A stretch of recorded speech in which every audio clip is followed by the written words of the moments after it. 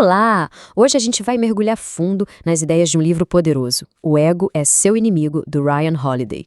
Essa é uma reflexão rápida, mas consciente, feita para a gente ouvir, pensar e, quem sabe, se elevar um pouco mais. A ideia central do livro é até chocante de tão simples.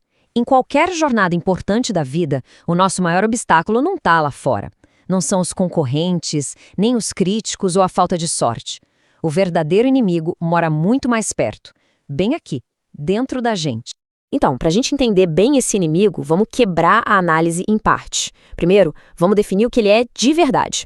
Depois, a gente vai ver como ele ataca em 3 momentos-chave da vida. Quando a gente está sonhando com algo, quando a gente finalmente alcança o sucesso e, claro, quando a gente dá de cara com o fracasso. Certo, então vamos lá, começando pelo começo, né? Antes de lutar contra um adversário, a gente precisa primeiro olhar bem no rosto dele, entender exatamente com o que estamos lidando. E aqui, olha, tem um ponto super importante. A gente não está falando daquele ego da psicologia de Freud, nada disso. A definição aqui é bem mais direta, mais prática. É aquela voz arrogante dentro da nossa cabeça que tem uma crença doentia na própria importância, sabe? Aquela que distorce a realidade para nos colocar sempre no centro de tudo. E é aí que mora o perigo, sabe? O ego é tipo um camaleão. Ele não vai embora com o tempo, ele só muda de tática. Ele ataca de formas diferentes em cada uma dessas 3 fases da nossa jornada. Bora então para o nosso primeiro campo de batalha, a aspiração. É bem aqui no comecinho de tudo que o ego pode sabotar os nossos sonhos, antes mesmo da gente dar o primeiro passo. O estrategista John Boyd nos coloca diante de uma pergunta fundamental. O objetivo é ser alguém ou fazer algo? Pensa bem. O ego sempre vai nos empurrar para o lado do ser. Ele quer o título, o reconhecimento, a aparência de sucesso. Já o fazer, o fazer exige o trabalho de verdade, aquele que muitas vezes ninguém vê. A gente escuta isso o tempo todo, né? Siga sua paixão. Mas o livro traz um alerta bem interessante. A paixão sozinha pode ser meio cega, impulsiva. Já o propósito é diferente. Ele é mais focado, mais racional. É como se fosse a paixão, mas com um mapa e uma bússola na mão. Sabe aquela vontade que dá de sair contando para todo mundo sobre os nossos grandes planos? Pois é, essa é uma armadilha clássica do ego.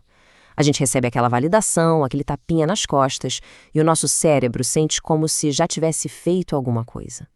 Só que isso drena a energia que a gente precisa para, de fato, fazer o trabalho. Às vezes o silêncio é a nossa melhor estratégia. Pra gente ver isso na prática, tem uma história que é sensacional. Pensa na cena. Kirk Hammett acaba de ser chamado para ser o guitarrista de uma das maiores bandas do planeta, o Metallica. O sonho de uma vida, certo? A maioria das pessoas pensaria o quê? Zerei a vida, acabou o treino, agora é só curtir. O ego, com certeza, ia soprar no ouvido. Pronto, você chegou lá, já é o melhor. Mas o Hammett fez o que ninguém esperava. No auge, no topo do mundo, ele procurou o lendário guitarrista Joe Satriani para ter aulas. Pensa nisso. Ele mostrou que a verdadeira aspiração não tem a ver com chegar no topo, mas sim com a humildade de ser um eterno aprendiz. Tá, mas e quando a gente finalmente alcança o sucesso? É aí que o jogo muda e o ego se torna ainda mais perigoso. O sucesso, quando não é bem gerenciado, pode ser o começo do nosso fim. Vamos pegar o caso do Howard Hughes, um cara que era um gênio, sem dúvida nenhuma, um visionário muito à frente do seu tempo, com um sucesso absurdo em várias áreas, da aviação ao cinema. Ele parecia intocável. Só que a história dele é um alerta gigantesco. O sucesso, alimentado por um ego que não tinha mais limites, desconectou ele totalmente da realidade. Ele se isolou, começou a tomar decisões cada vez mais estranhas e o fim da vida dele foi uma sombra trágica do gênio que ele um dia foi. A história dele é o exemplo perfeito do perigo, né? O sucesso faz a gente acreditar na nossa própria propaganda. E na hora que a gente se acha infalível, a gente para de ouvir, para de aprender. E como diz a citação, pronto, a nossa criatividade começa a morrer. E finalmente a gente chega no fracasso, que, vamos ser sinceros, é inevitável. Ninguém escapa. Mas o que realmente nos define não é cair, é como a gente reage à queda.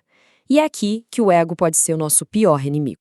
O ego, ele pega um fracasso e transforma numa tragédia. Ele vai culpar todo mundo, negar o que aconteceu, e um simples erro vira uma crise de identidade. Já a humildade, ela faz o caminho contrário. Ela aceita, aprende e usa o erro como combustível para crescer mais forte. Tem um exemplo muito forte disso na história do general Sherman, lá na Guerra Civil Americana.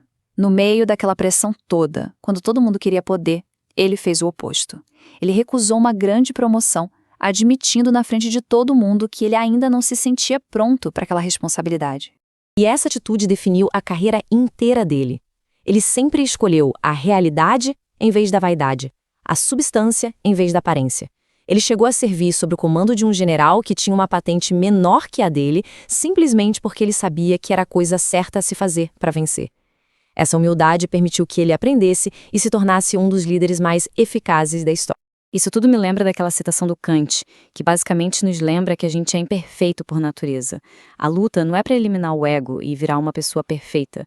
A jornada é um esforço constante para gerenciar esse inimigo interno e, quem sabe, ficar um pouco mais reto a cada dia. No final das contas, a lição é essa. O ego nos isola. Ele constrói muros. Muros entre a gente e o feedback, entre a gente e as outras pessoas e, o mais perigoso de tudo, entre a gente e a própria realidade. A humildade é o que derruba esses muros. É o que nos reconecta com o mundo. E fica aqui uma pergunta para a gente pensar, para uma reflexão mesmo. O que será que o nosso ego está nos impedindo de enxergar? Qual verdade inconveniente, qual feedback crucial ou qual chance de aprender a gente está evitando só para proteger a nossa autoimagem? Sabe, gerenciar o ego é parte fundamental dessa busca constante por elevação. Este conteúdo é apresentado pela HD Eleva, uma marca que nasce exatamente dessa busca, por elevar o corpo, firmar a mente e expandir o espírito. Corpo forte, mente firme, espírito elevado.